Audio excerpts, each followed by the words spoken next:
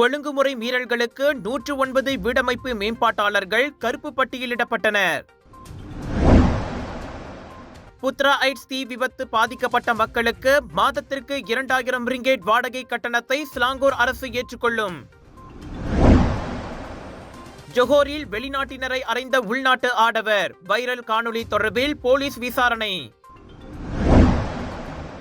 மகாராஷ்டிராவில் பிரியாவிடை உரை வழங்கிக் கொண்டிருந்த கல்லூரி மாணவி மயங்கி விழுந்து மரணம். பினாங்கில் 50 கிலோகிராம் கற்பாறை மேலே விழுந்து மோட்டார் சைக்கிளோட்டி மரணம்.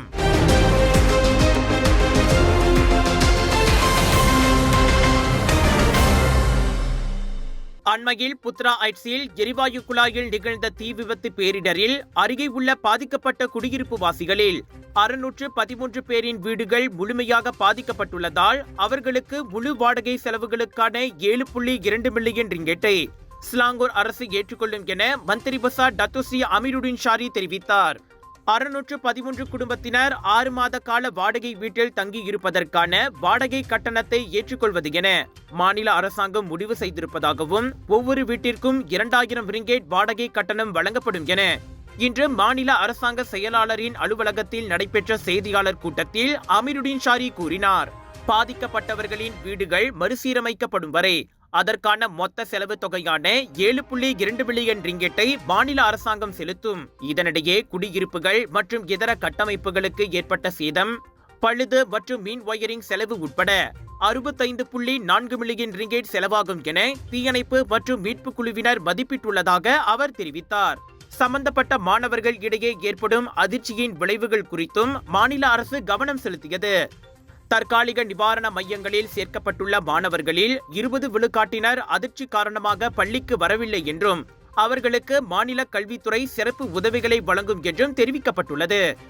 இதனிடையே இந்த சம்பவத்தில் நேரடியாக பாதிப்புக்கு உள்ளானதாக அடையாளம் காணப்பட்ட 265 மாணவர்களுக்கு ஈப்போ மாநகர் மன்றம் நன்கொடையாக 500 ரிங்கெட் வழங்கும். வாடகை வீடுகள் மற்றும் நிதி உதவிக்கான சலுகைகள் படிப்படியாக வழங்கப்படும். மேலும் அனைத்து தகவல்களும் ஒரு சிறப்பு தளத்தின் மூலம் வெளிப்படையாக அணுகப்படுவதை நாங்கள் உறுதி செய்கிறோம். அது பின்னர் அறிவிக்கப்படும் என்றும் அமீருடின் கூறினார். கடா மக்களே, கலர்ஸ் ஆஃப் இந்தியாவின் பிரம்மாண்டத்தின் உச்சம் Kedah international Indian expo and viral food festival 9 - 13 April வரை வில்லேஜ் மால் சுங்கைப்பத்தானி கடாவில் இதுவரை இல்லாத பிரம்மாண்ட ஷாப்பிங் திருவிழா மற்றும் 200க்கும் அதிகமான வெரைட்டிஸ் ஆஃப் ஃபுட், பானிபூரி, குனாஃபா, பஞ்சாபி ஸ்வீட்ஸ் என ரகமாய் உணவுகள், wedding collection, sari collection, kids wear, accessories என திரும்பிய பக்கமெல்லாம் 100க்கும் அதிகமான சேல்ஸ் பூத்துகள் 80% டிஸ்கவுண்ட்ஸோடு வில்லேஜ் மால் சுங்கைப்பத்தானி கடாவில். ஒழுங்குமுறை தேவைகளை பின்பற்ற தவறியதற்காக 109 சொத்துடைமை மேம்பாட்டாளர்களை வீடமைப்பு ஊராட்சித்துறை அமைச்சான KPKT கருப்பு பட்டியலிட்டுள்ளது. இது வீடு வாங்குபவர்களின் உரிமைகள் மற்றும் முதலீடுகளை பாதுகாப்பதற்கான அமைச்சின் கடப்பாட்டை மறுஉறுதிப்படுத்துகிறது. கடந்த ஆண்டு மட்டும் 471 நோட்டீஸ்கள் வெளியிடப்பட்டு மொத்தமாக 9.03 மில்லியன் ரிங்கேட் அபராதம் விதிக்கப்பட்டதாக அமைச்சர் ngா கொர்மிங் தெரிவித்தார். அதே சமயம் இவ்வாண்டின் முதல் 2 மாதங்களில் மட்டும் 1.25 மில்லியன் ரிங்கேட் அபராதத்தை உட்படுத்திய 56 நோட்டீஸ்கள் வெளியிடப்பட்டன. பெரும்பாலான விதி மீறல்கள் கட்டாய வளர்ச்சி நிலை புதுப்பிப்புகள், தணிக்கை அறிக்கைகள், இருப்பு நிலை குறிப்புகள் மற்றும் லாப நஷ்ட கணக்கறிக்கைகளை அதிகாரிகளுக்கு சமர்ப்பிக்க தவறியது போன்றவற்றை உட்படுத்தியதாக ngா கொர்மிங் கூறினார். பொறுப்புணர்வை உறுதி செய்யும் வகையில் கருப்பு பட்டியலில் சேர்க்கப்பட்ட நிறுவனங்களின் இயக்குநர்கள் புதிய நிறுவனங்களின் கீழ் மீண்டும் தங்களை நிலைநிறுத்திக் கொள்வதும் தடை செய்யப்பட்டுள்ளது.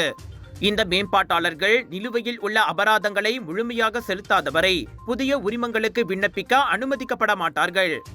14ஆம் ஆண்டாக நடைபெற்ற வாங்கும் சக்திக்குட்பட்ட வீடமைப்பு திட்ட மாநாட்டில் பேசியபோது அமைச்சர் அவ்வாறு கூறினார். கருப்பு பட்டியல் இடுவதானது சட்டவிரோத நடவடிக்கைகள் மற்றும் விதிமுறைகளை பின்பற்றாமைக்கு அமைச்சு கரிசனம் காட்டாது என்பதற்காக தெளிவான எச்சரிக்கை என்றார் அவர்.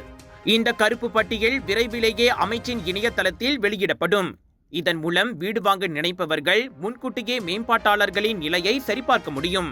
வீடு வாங்குவது தொடர்பான நிதி முடிவுகளை எடுப்பதற்கு முன் கீழ்காணும் அதிகாரப்பூர்வ இணையதளத்தில் பரிசோதித்துக் கொள்ளுமாறு ngா கொர்மிங் வலியுறுத்தினார்.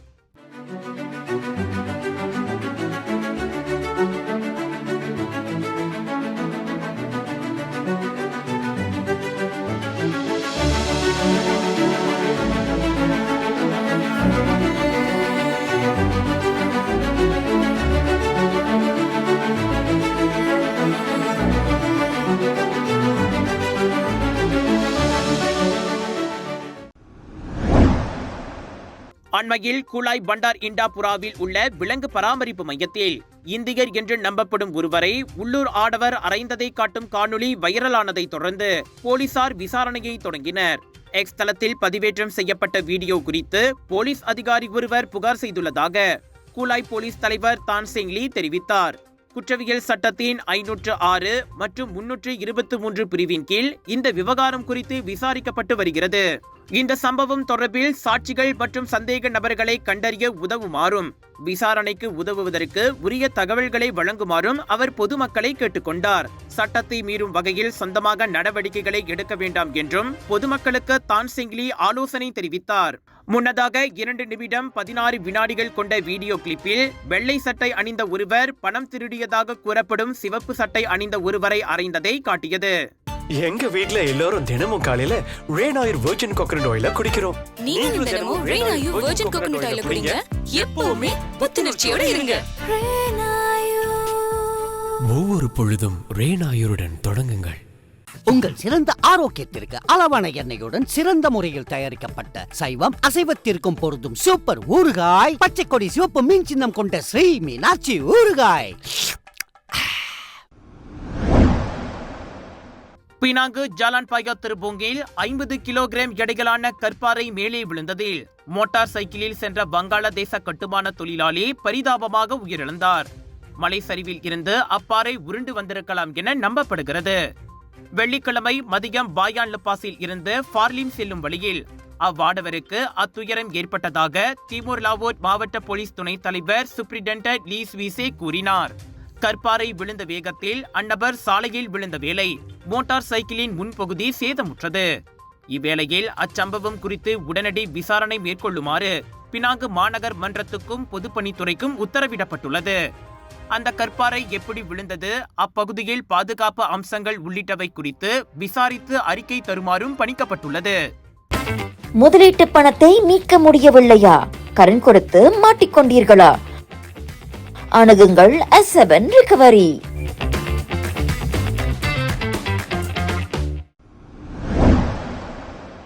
இந்தியாவில் மகாராஷ்டிராவின் டாராஷிவ் மாவட்டத்தில் உள்ள ஒரு கல்லூரியில் 20 வயது கல்லூரி மாணவி தனது பிரியாவிடை உரையின் நடுவில் மயங்கி விழுந்து இறந்தார்.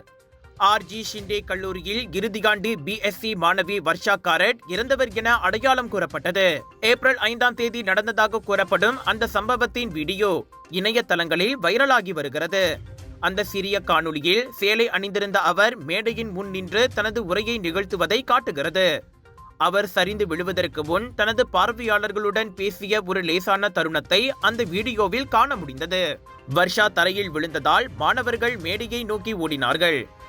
அவர் அருகிலுள்ள பாராநாடா அரசு மருத்துவமனைக்கு கொண்டு செல்லப்பட்ட போதிலும் அவர் இறந்துவிட்டதாக மருத்துவர்கள் தெரிவித்தனர். மரணம் அடைந்த அந்த வர்ஷாவுக்கு இருதயம் தொடர்பான பிரச்சனைகள் இருந்ததோடு கிட்டத்தட்ட 7 ஆண்டுகளுக்கு முன்பு அவருக்கு இருதய இரத்த நாள அறுவை சிகிச்சை செய்யப்பட்ட பின்னர் அவர் தினசரி மருந்துகளை உட்கொண்டு வந்ததாக வர்ஷாவின் மாமாவை மேற்கோள் காட்டி டைம்ஸ் ஆஃப் இந்தியா தகவல் வெளியிட்டது. வெள்ளிக்கிழமையன்று கல்லூரிக்கு செல்லும் அவசரத்தில் அவர் மருந்துகளை உட்கொள்ளவில்லை என ஆசிரியர் ஒருவர் தெரிவித்தார். அவரது மரணத்திற்கான காரணம் இன்னும் தெரியாவிட்டாலும் உரையாற்றிக் கொண்டிருக்கும் போது ஏற்பட்ட மாரடைப்பினால் அவர் இறந்திருக்கலாம் என கூறப்படுகிறது.